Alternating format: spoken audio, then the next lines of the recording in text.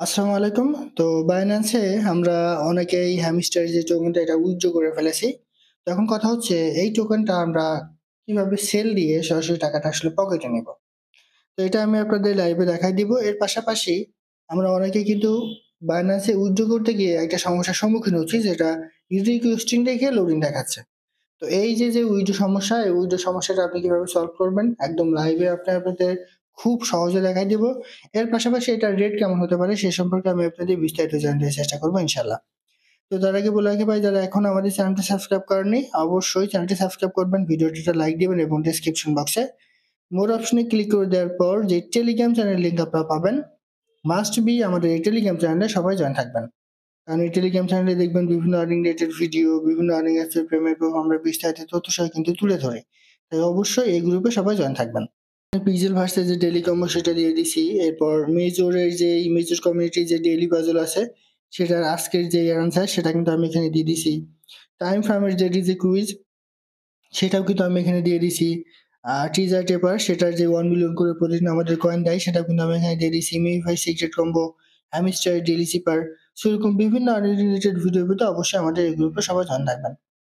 দেখেন হ্যামস্টারে আমরা প্রথমে যে উইথড্র সমস্যা সেই উইথড্র সমস্যার কথাটা বলি, এরপর আমরা বিস্তারিত কিভাবে সেল করবেন এবং দাম কেমন হবে সেটা জানিয়ে দিব।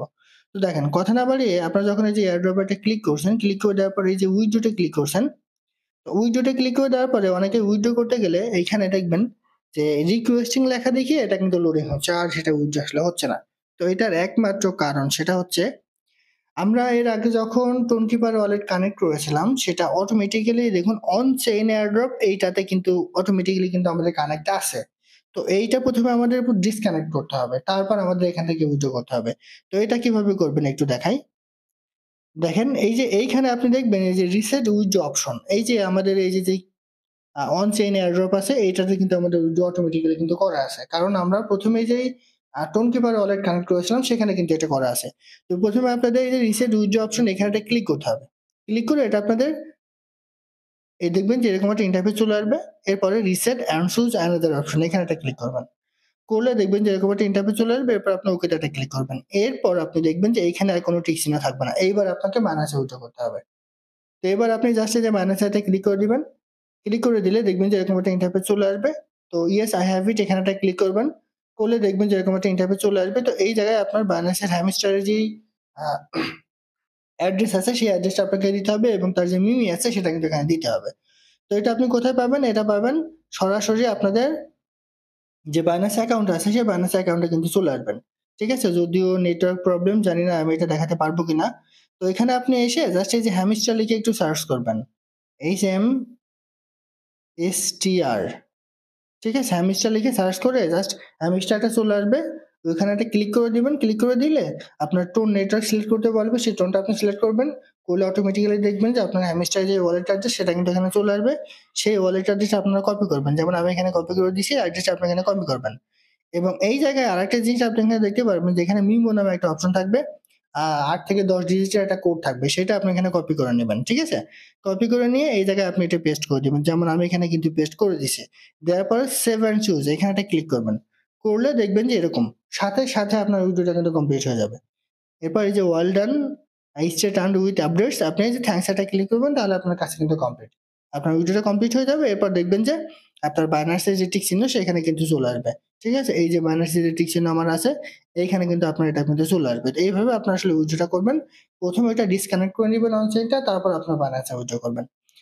তো এরপরে এটা কথা হচ্ছে যে এটা আসলে আপনার কিভাবে সেল করে টাকাটা পকেটে নিব। তো এটা সেল করার জন্য আপনি যেহেতু বাইনান্সে উইথড্র করবেন, তারা ২৪ তারিখের মধ্যে দেখেন এখানে তারা কিন্তু দিয়ে দিছে অলরেডি। এইখানে দেখবেন যে তারা বিস্তারিত তথ্য কিন্তু দিয়ে দিচ্ছে। তারা ২৬ তারিখে ট্রেডিং স্টার্ট হওয়ার আগে, ঠিক আছে? ট্রেডিং স্টার্ট হওয়ার আগে অটোমেটিক্যালি আমাদের যে টোকেনটা আমরা এখানে উইথড্র করেছি সেই টোকেনটা কিন্তু আমাদের বাইন্যান্সে কিন্তু তারা দিয়ে দিবে। বাইন্যান্সে যখন তারা দিয়ে দিবে তখন ওই টোকেনটা কিন্তু আপনাকে সেল করতে হবে। তো সেল করার জন্য সেক্ষেত্রে আপনি কি করবেন? জাস্ট এই যে স্পটে চলে আসবেন আর এই জায়গায় আপনি হ্যামস্টার টু ইউএসডিটি লিখে দিবেন। এখন কিন্তু এটা আসবে না। কারণ এটার ট্রেডিং এখনো স্টার্ট হয় নাই। ঠিক আছে? এই যে এইভাবে STR হ্যামস্টার এখানে লিখবেন, লিখলে অটোমেটিক্যালি হ্যামস্টার টু ইউএসডিটি চলে আসবে। এটা সিলেক্ট করে দিবেন। সিলেক্ট করে দিয়ে আপনি সেল করে দিবেন। এখন এখানে কথা হচ্ছে যেখানে কেমন আপনি সেল করবেন আর এখানে রেট কেমন হতে পারে। দেখেন, আমি আপনাকে সাজেশন করব, যেহেতু Binance এ লিস্ট হয়েছে সেহেতু এটার রেট কিন্তু মোটামুটি ভালো হবে। আর এটার রেট প্রাথমিক অবস্থায় হয়তোবা, যেটা ধারণা করা হচ্ছে বিভিন্ন জায়গায় তাদের যে রিসার্চ আর সেইগুলো দেখার পর এটাই বোঝা যাচ্ছে যে এটার রেট হয়তোবা 0.004 থেকে শুরু হয়ে আপনার আপে হতে পারে। যেমন 0.004 কিংবা 0.005, 0.006 এরকম। ঠিক আছে? তবে 0.004 হওয়ার সম্ভাবনাটা কিন্তু একটু বেশি আছে। সেক্ষেত্রে আপনারা কি করবেন? এইখানে যখন এটা রিস্টার্ট হবে সাথে, সাথে আপনারা 50% সেল করে দিবেন এবং যে টোকেনটা থাকবে সেটা কিন্তু বাকিটা আপনারা রেখে দিবেন। মানে মনে করেন যে আপনি 50,000 টোকেন এখানে পেলেন। তো আপনি 25,000 টোকেন সেল করবেন এবং 25,000 টোকেন এখানে রেখে দিবেন। কারণটা হচ্ছে প্রাথমিক অবস্থায় হয়তোবা এটার রেট বেশিও হতে পারে আবার কমও হতে পারে। যদি প্রাথমিক অবস্থায় মানে লিস্ট হওয়ার সাথে, সাথে এটার রেট ভালো হয় তাহলে আপনারা সম্পূর্ণটা সেল করে দিতে পারেন। আর যদি দেখেন যে প্রাথমিক অবস্থায় লিস্ট হওয়ার সাথে, সাথে এটার রেট তুলনামূলক কম হয়েছে, সেক্ষেত্রে আপনি 50% সেল করবেন এবং 50% রেখে দিবেন। সেক্ষেত্রে কি হবে? যদি রেট প্রাথমিক অবস্থায় কম হয়, সবাই সেল করে দেওয়ার পরে, কারণ লিস্ট হওয়ার সাথে, সাথে কিন্তু আমরা সবাই ট্রাই করব এটা সেল করে দেওয়ার। তো সবাই যখন মোটামুটি আমরা সবাই সেল করে দিব, দেখবেন তার পরবর্তীতে আস্তে, আস্তে এই টোকেনটার রেটটা কিন্তু বাড়তে থাকবে। ঠিক তখন আপনি বাকি যে 50% থাকবে ওই টোকেনটা কিন্তু সেল করতে পারবেন।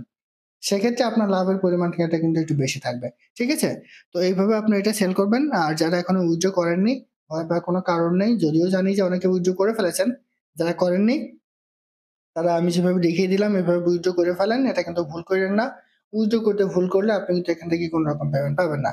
আর যাদের মাল্টিপল অ্যাকাউন্ট আছে, একটা Binance অ্যাকাউন্টে আপনারা সবাই পেমেন্ট নিবেন না। ঠিক আছে? একেকটা হ্যামস্টারের অ্যাকাউন্টের ক্ষেত্রে একেকটা Binance অ্যাকাউন্ট ইউজ করবেন। তাহলে আপনার কোনো ধরনের প্রবলেম হবে না।